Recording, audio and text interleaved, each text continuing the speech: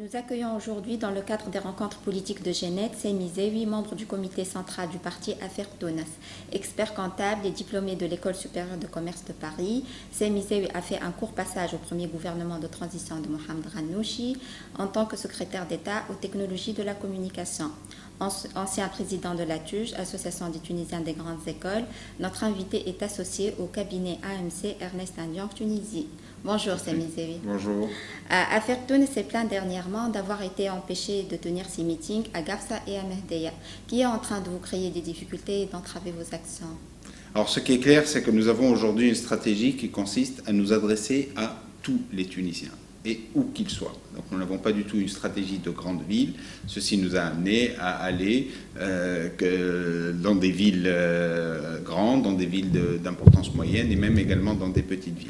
Nous avons constaté récemment un certain nombre d'attaques contre notre parti et le point culminant de ces attaques était effectivement le fait que nous avons été quasiment empêchés de tenir meeting à Mehdia, même si nous avons tenu un meeting, mais nous l'avons tenu dans un parking, il faut le dire, et à Gafsa, nous n'avons pas pu tenir notre meeting. Alors, qui est derrière ça? Clairement, d'abord, on va commencer à les qualifier d'ennemis de la démocratie. Vous pensez qu'il y a une passivité actuellement oui, de il y a la une part certaine de passivité. du gouvernement? Oui, il y a une passivité. Je pense qu'il y a clairement une passivité. Oui, il y a une passivité. Oui, il y a une passivité. Oui. Parce que je pense qu'on n'est pas conscient de la gravité de ce qui se passe. Vous expliquez toutes ces attaques. Certains vous accusent d'avoir des liens avec le RCD dissous. Et vous vous dites qu'il n'y a aucun RCDiste au sein du parti Affaires Tounes. Parce qu'on est dans ce mode extrêmement simple qui consiste à porter des accusations et sans que ces accusations soient fondées. Mais quelles sont, selon vous, les origines de ces accusations? Pourquoi on vous accuse d'avoir comme ça? Moi, je pense que c'est exactement... En fait, on a eu deux grandes accusations. Oui. La première accusation, c'est d'avoir des membres du RCD dans notre parti. La deuxième accusation, c'est d'avoir été financé par des membres de l'ancienne famille. Ces deux accusations sont totalement infondées. Mais personne... On continue à les relayer. La presse, par exemple, continue à les relayer sans absolument aucune preuve. C'est-à-dire qu'il y ait des personnes individuelles qui s'expriment sur Facebook en le disant, c'est une chose. Mais que la presse, qui a un rôle de vérification de l'information, n'arrive pas à mettre en doute ceci, n'arrive pas à questionner ceci, ça c'est déjà une anomalie en tant que telle. Je pense qu'il faut à un certain moment passer du stade où les gens s'expriment de façon extrêmement libre à un stade où il y a un certain nombre d'instances, et je pense notamment aux journalistes, qui, eux, apportent un autre regard sur la réalité des choses et qui vérifient. Quand on nous a accusés d'avoir été financés par des membres de l'ancienne famille, ce sont des accusations sans aucun fondement.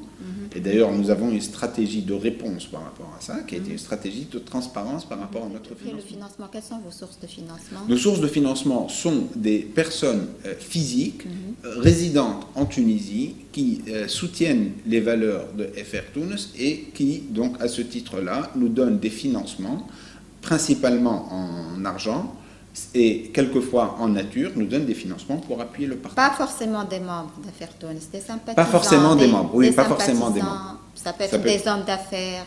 Oui, tout à fait. Voilà. Ça peut être des hommes d'affaires, mais ce sont des personnes qui sont là, qui sont en Tunisie, ce sont des Tunisiens qui croient en nos valeurs. Voilà. Et d'ailleurs, nous avons mis en place un code d'éthique qui fait que nous refusons les financements en espèces supérieurs à 5 000 dinars, et tous les financements supérieurs à 20 000 dinars, nous nous assurons, à travers un comité d'éthique, nous nous assurons que ces sources-là sont des sources qui répondent à nos critères en termes d'intégrité. Pour l'organisation de cette question de financement des partis politiques. La loi actuelle ne suffit pas à le faire. Alors, écoutez, là, certains partis, aujourd'hui, voudraient bien qu'il n'y ait aucune loi. Voilà. Qui régissent le financement et qui régissent la vie des partis politiques. C'est le cas on voit des partis comme Ennahda, des partis comme le PDP, qui apparemment... Et pourquoi ils le refusent? Parce que je pense que peut-être que sur le plan du financement, ils aiment bien la situation qui existe aujourd'hui au niveau du financement, c'est-à-dire qu'on dit que l'ancienne loi n'est pas valable, puisqu'elle est ancienne, puis que la nouvelle loi, on attendra la nouvelle législature pour l'organiser. Je pense qu'on ne peut pas vivre dans un... Ensuite, si les Tunisiens ont envie de façon massive de supporter financièrement, d'aider financièrement un parti ou un autre, ça c'est le droit des Tunisiens. Vous pensez que notre parti dérange? Oui, nous dérangeons. Qui dérange-t-il? Non, je pense que notre parti dérange parce que, vous savez, les partis qui se créent ne dérangent pas tant qu'ils restent dans un certain anonymat. Aujourd'hui, Affaires Tounes est en train de quitter l'anonymat. C'est un parti qui commence à être visible.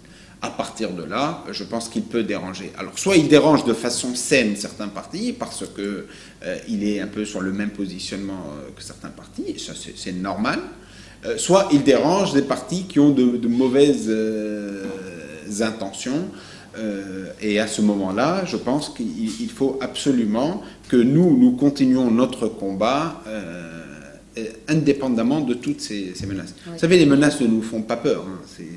Ce sont des... encore une fois, je vous dis, c'est un apprentissage que nous devons faire, et je pense qu'il faut que tout le monde accepte de payer le prix de cet apprentissage. Vous les membres d'Affaires Tounes, vous êtes nouveaux en politique.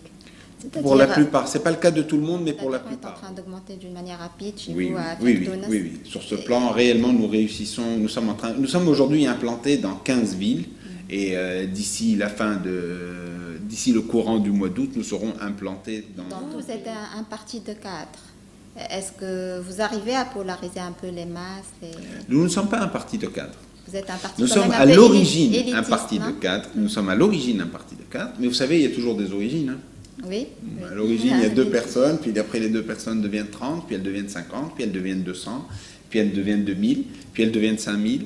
Et avec le temps, forcément, vous vous mélangez. Si on prend l'exemple d'un groupe d'initiateurs que nous avons dans une ville comme Mseken, dans ce groupe d'initiateurs d'une dizaine de personnes, il y a un directeur d'école primaire, il y a un avocat, il y a un chômeur, il y a un receveur de la poste, donc vous avez finalement, progressivement, une très grande diversité sociale qui s'exprime. Oui. Elle n'existait pas dans le groupe d'origine, nous ne le nions pas, oui. Mais... Maintenant, vous commencez à vous ouvrir sur tout le monde. Mais bien sûr. D'autre part, on n'est pas, quand on nous parle d'élite, nous, ce n'est pas un terme qui nous choque. C'est pas du tout un terme. On assume ce que nous sommes. Simplement, nous avons décidé de créer un parti politique et non pas de créer une association. Donc, un parti politique doit être présent partout, sur tout le territoire, et doit représenter l'ensemble des couches sociales de la population. Donc cet objectif est clair. Nous prenons l'exemple en fait du report de la date des élections, et également la notion de durée en fait de l'Assemblée constituante. Ce sont des aspects sur lesquels Affaires Tounes a été le premier à prendre position, notamment pour demander une durée courte de cette Assemblée constituante. Cette position a été reprise par des partis, par de nombreux partis, et d'autre part, même dans le décret qui promulguait ces élections ou cette Assemblée constituante, donc la notion de limitation de durée était une notion qui a été reprise. Et on pense sincèrement que la proposition de Affaires Tounes est à l'origine. Comment Affaires Tounes sera présent? C'est une question qui reste ouverte pour nous. La question des alliances est une question qui est toujours posée. Non, c'est une question qui est posée. Vous êtes ouvert aux alliances. Est-ce que vous avez entamé des démarches dans Nous les avons entamées. Nous les avons déjà entamées au mois de mai. Oui. Nous les avons poursuivies au mois de juin. Puis quand il y a eu le report des élections, donc... nous avons beaucoup entamé au mois de mai, en fait. Oui. Puis quand il y a eu le report des élections, donc là, nous avons gardé un contact, nous avons un peu mis entre parenthèses, et je pense que nous allons reprendre contact avec certains partis par rapport à ceci. Alors, avec quel parti, pour répondre à votre question, nous avions principalement été en contact avec le parti Tejdid et le PDP, qui a une histoire de 3000 ans, et c'est Tunisie qui aujourd'hui est structurée et fondamentalement autour de la civilisation arabo-musulmane, et ça c'est une dimension qui nous semble absolument nécessaire. Donc nous ne sommes pas du tout le parti anti-religieux, nous sommes le parti qui considère que la Tunisie a réussi à trouver sa voie au niveau de la religion. Mais quelle est votre position de tout ce débat qui se crée autour de un faux débat.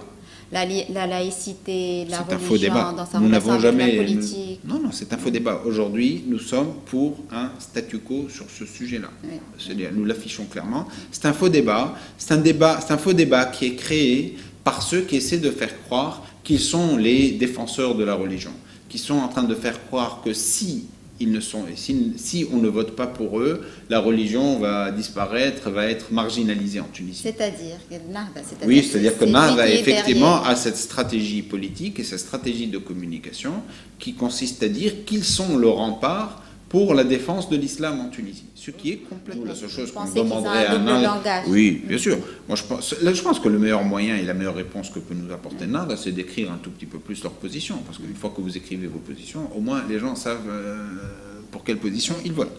On remarquera que l'on attend toujours ces positions. Non, moi je pense que clairement notre position est extrêmement claire sur la religion. Elle fait partie de la réellement favorable au fait de consolider la place de la femme dans la société. Favoriser son accession au poste de décision. Favoriser son accession au poste de décision. Dans les instances politiques. Voilà. Oui, tout à fait. Voilà. Moi, je crois qu'il y a, même au niveau du monde des entreprises, voilà. Je pense que, encore une fois, il y a une richesse à ce niveau-là qu'il faut utiliser plus. Et nous sommes convaincus chez FR Tunis que ce sera réellement pour le bien de la... Vous définissez en tant que sociodémocrate, c'est ça? Oui, alors... Mais vous prenez une économie libérale. Oui, clairement. Et je pense que c'est ce qui nous distingue d'un certain nombre de partis qui sont, je dirais, dont le programme économique était peut-être un peu plus flou. Non, clairement... nous sommes pour cette économie libérale pour une raison simple. La Tunisie est un pays qui a très peu de ressources. Oui. Donc il va falloir créer la richesse. Oui. Nous ne pouvons pas être dans une situation de distribution de richesse. Nous ne sommes pas un grand pays agricole. Mais on dit tout le temps qu'une économie libérale est synonyme d'injustice, en quelque sorte. D'antagonisme des classes, des riches et des pauvres.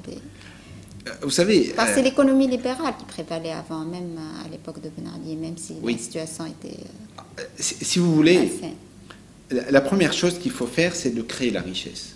Ensuite, il faut s'assurer qu'elle est bien partagée. Oui. Et je pense que c'est là où, quand je vous dis qu'il y a deux axes, en fait, qui sont l'économie libérale et la solidarité, ce sont réellement les deux piliers qui construisent notre parti, en fait. Voilà. Ce sont les deux éléments les plus importants. Il faut créer de la richesse. Il faut créer, et seule l'économie libérale pourra le faire. De l'autre côté, il faut absolument lutter mettre en œuvre des dispositifs de solidarité extrêmement forts. Oui. En plus de l'économie libérale, je reviendrai sur le programme, nous disons trois choses en fait. Lutte contre l'emploi, lutte contre le chômage, bien évidemment, amélioration du pouvoir d'achat et une équité régionale beaucoup plus forte. Ce sont les trois axes sur lesquels nous voulons nous développer. Vous dites que l'Assemblée constituante doit mettre une période courte pour élaborer la Constitution et vous proposez de fixer le 14 janvier comme date du référendum pour se prononcer sur cette Constitution et la date du 20 mars 2012 comme date des élections présidentielles et législatives. Alors c'est ce que nous avions proposé lorsque les élections de l'Assemblée constituante étaient prévues pour le 24 juillet. Oui. Et donc je pense qu'il faut les garder dans le principe. Après il peut y avoir, nous avons choisi des dates symboles, le 20 mars comme étant la deuxième indépendance de la Tunisie et le 14 janvier pour des raisons qui sont beaucoup à nos chances. Non, on croit beaucoup à notre chance. Notre programme d'ailleurs est d'être dans les trois premiers partis pour les élections qui suivront les élections de l'Assemblée constituante et pour les élections suivantes d'être le premier parti de Tunisie. Donc nous y croyons de façon extrêmement forte. Oui, c'est bien. Je vous remercie. Aïchek, merci à vous. Merci à Jeannette.